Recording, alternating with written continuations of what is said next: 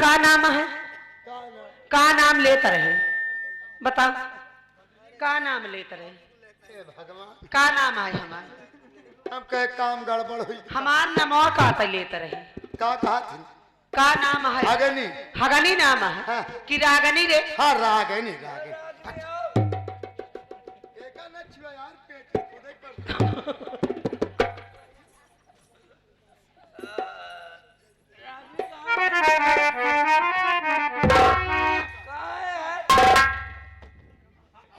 सुहाग रात तो मनावा न जाए। नहीं आज भरपूर काम लगाऊंगा नहीं। नहीं अबे न रहा तोहरे घर। आज तो लोग दादा होते तो लड़का हवाई देते। कैसे रहोगी? जब तक हमार बात मनबे ना तब तक रहब न तोहरे घरे में। अगर न मानबे तो मुन्नो के साथ चली जा। नहीं नहीं वो साला चनौआ वाला आदमी बिल्कुल रहती है साला। तो जौन तोहार दीदी आ जाए हमार साड़ी फारे यहाँ उनका लिया जाओ करे ससुरे छोड़ाई छोड़ दूंगा। और जान से रंडी का मारी जावा अकरे खूने समार साड़ी रंग के हुए तब हम नहीं चली जा। रागिनी ये नर्स काम मुझसे मत कराओ। ये सब करा के तुम्हें क्या मिलेगा? मतलब मेहरारू कुछ नहीं है बहिन बहुत कुछ है।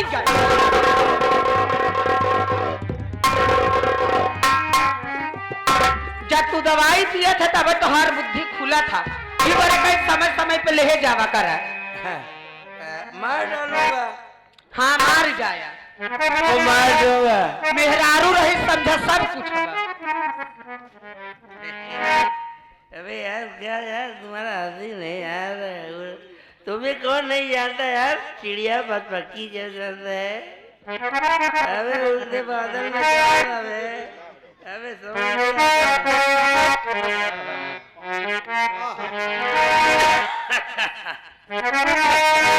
भाऊजी इतना हसीन है लेकिन तुहार तो बिगड़ी मशीन। रागनी करो क्या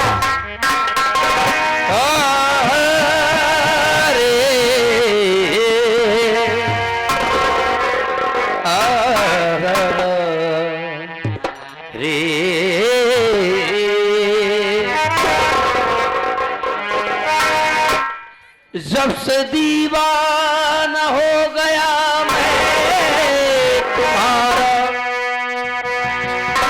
तब से बेचैनी दिल की बढ़ती है। अदा भी देख लूं अब तेरी जाने जाना। अरे क्यों तुम मुझको मुस्कुरा करके दिखती हो। अबे बहुत ही मस्त आदमी हूँ और तू भी मस्त है। क्या जवानी है यार बिल्कुल आवारा हूँ। मेरी बात और मैं आवारा बादल हूँ।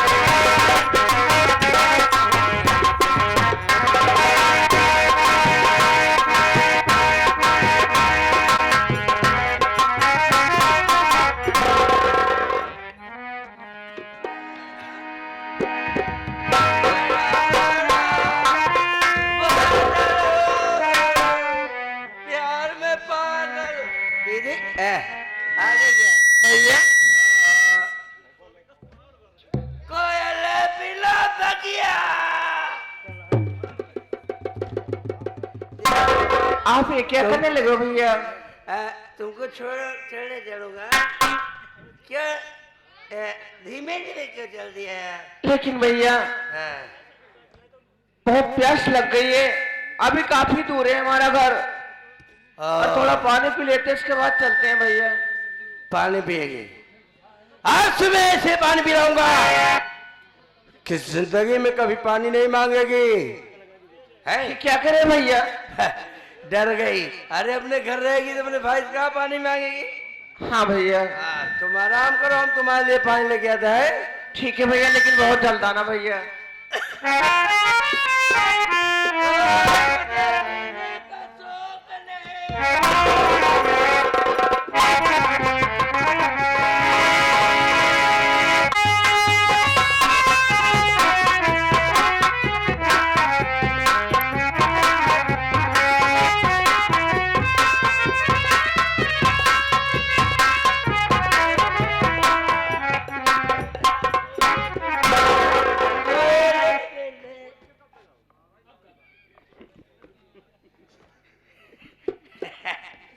साली, मेरी पत्नी की साड़ी है, कैसे पहनी जाती है? कोई बात नहीं, आज इस साली को मार डालूंगा। अच्छा मौका है सो रही, अब इसको जीवन भर के लिए सुला देता हूँ। सो जा।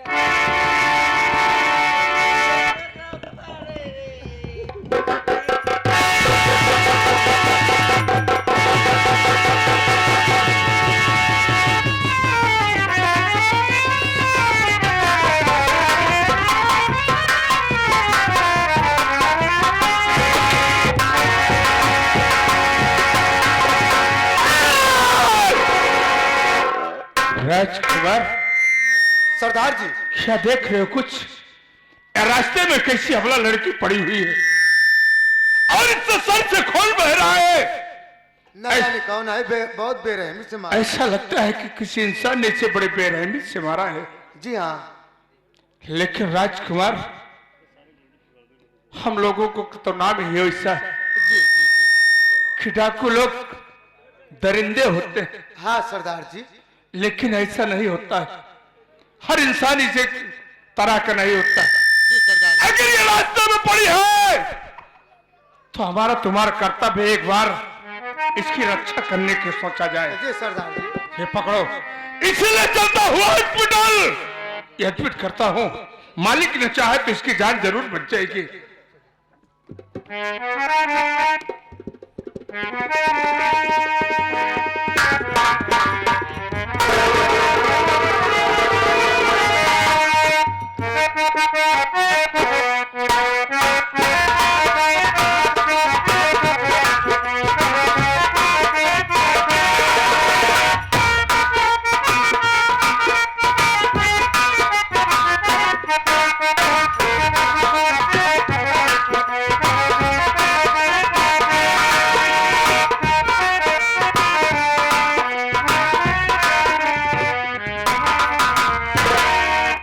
बाबूजी, उस लड़के को हॉस्पिटल लेकर गया, डॉक्टर साहब ने एडमिट करने से इनकार कर रहे थे।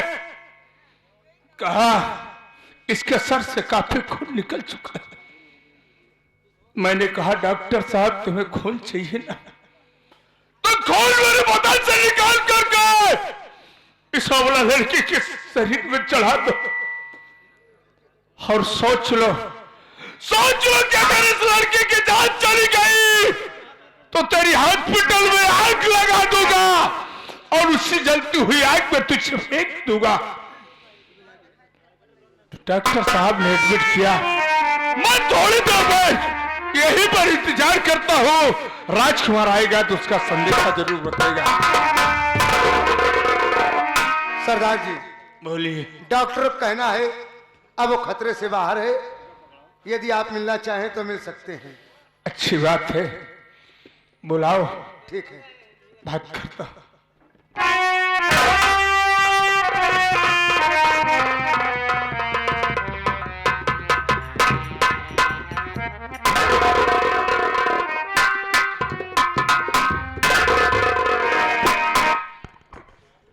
बहन, भैया अरे मालिक,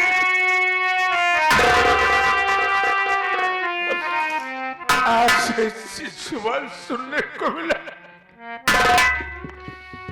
बहन, अगर तूने मुझे अपना भाई कहा है तो तुझे सब आगे भाई की कसम है, उससे जो कुछ पूछूंगा झूठ मत बोलना। पूछिए भैया क्या बात है।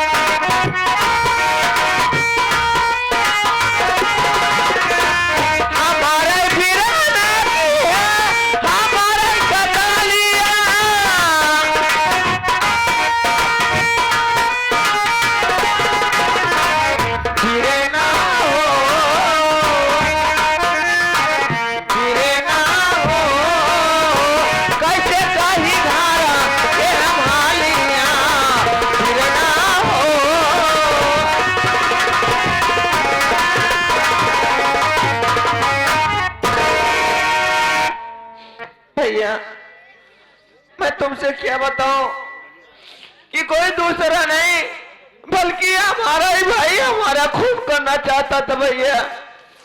वाह रे भाई, वाह रे दुनिया में ऐसे भाई जो अपनी बहन का खून कर देना चाहते हैं। लेकिन बहन एक बात यह बता कि तेरा नाम क्या है और तू कहां की रहने वाली है?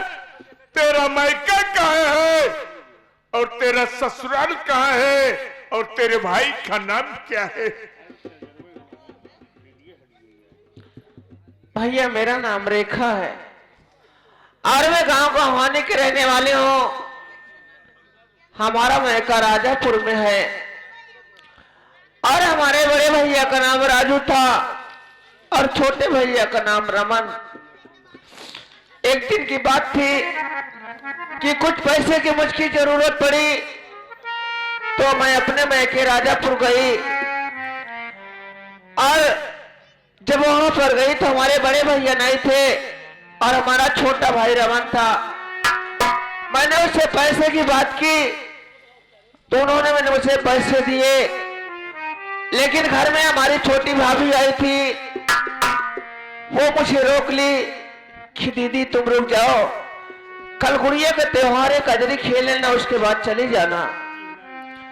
मैं उसके कहने पर रुक गई और भाभी ने मुझे एक साड़ी दी कजरी खेलने के लिए और मैं कजरी जब खेल कर आई तो भाभी ने कहा कि मेरी साड़ी कैसे फाड़ डाली तू। मैं उससे हाथ जोड़ रही थी लेकिन उन्होंने मेरी बात नहीं मानी, मुझे मारने लगी और जब मुझे मारने लगी तो रमन भैया ने आए और रमन भैया ने कुछ बातें भाभी को कहने लगे, लेकिन इतने में उसकी सासू माँ आ गई भैया।